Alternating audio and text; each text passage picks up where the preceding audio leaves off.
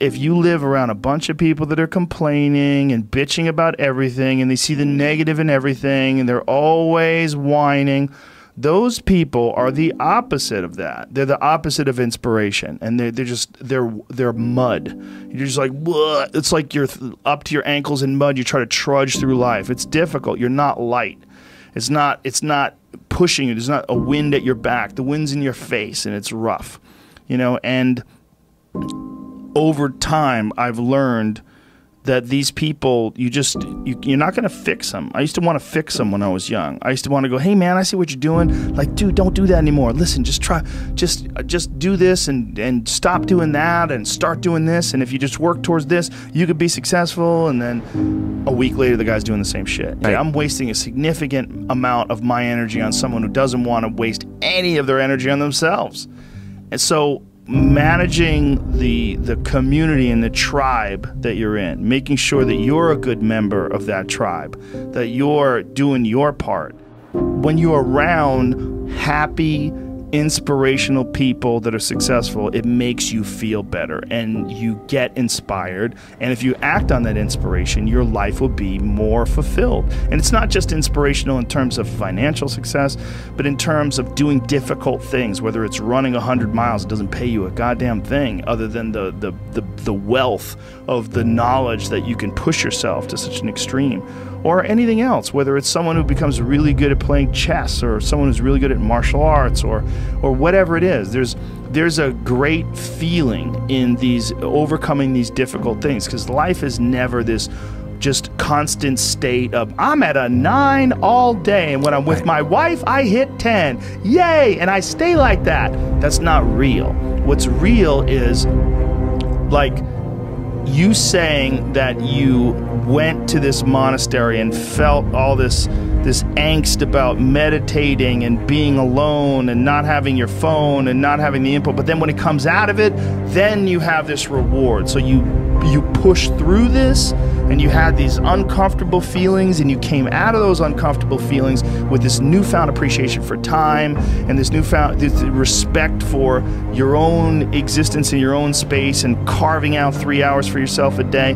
That's where it all comes from. It all comes from life lessons, and the lessons are learned through struggle. The human organism, the animal that we are, needs constant stimulation because it evolved trying to find food and escape enemies, and find shelter, escape nature, escape the elements, try to survive. And this is the great joy that you have in taking care of your children, that you can protect your children from the elements and the enemies and feed them. And it's also the great sadness that you see in losers.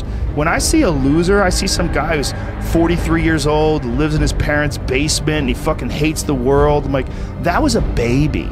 Man, this is a baby that somebody just gave shitty nutrients to, whether it's nutrients in the forms of food or in the form of thoughts and ideas and examples, and this kid developed these horrible self-defeating patterns of behavior that have led them to this point where they're this middle-aged person with no future and no idea of how to get out of this rut, and probably never will escape it, and might just wind up sucking on a gun. You know, I mean, this is the world that we live in today, and I think part of that world is because we have been fed this line of horseshit that you're supposed to seek comfort, and I don't think you are. I think you're supposed to seek lessons, and you're supposed to seek difficult tasks and accomplishments, and through those things, and through doing things that are hard to do, even if it's just a fucking 90-minute hot yoga class. I do a 90-minute yoga class, man. Those last 20 minutes, I do not want to be there, man. And I definitely don't want to give 100%. And I can cheat. I can kind of half-ass it. I can. But if I don't, and I get through it, when that time is up and the lady says namaste and everybody gets up, I'm like, fuck, man, I made it. You know, I lost 15 pounds. My fucking yoga mat is drenched to the point where I can literally wring it out and fill a jug up with water. But through that struggle, I will now have a better day, and I better fucking do it again tomorrow, or do something else. Because if I just think, well, tomorrow I'm just gonna coast and eat Twinkies and watch TV.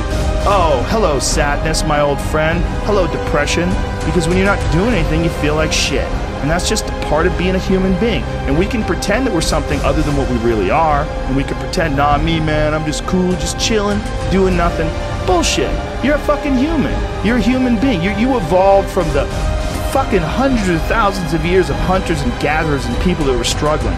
Those human reward systems are carved deeply into your DNA. And if you don't respect that, if you don't respect the mechanism of happiness and fulfillment and what you really need to do in order to feel satisfied in life, camaraderie, love, family, friendship, struggle, testing yourself, learning, all those things are imperative. They're all a giant part of being a person.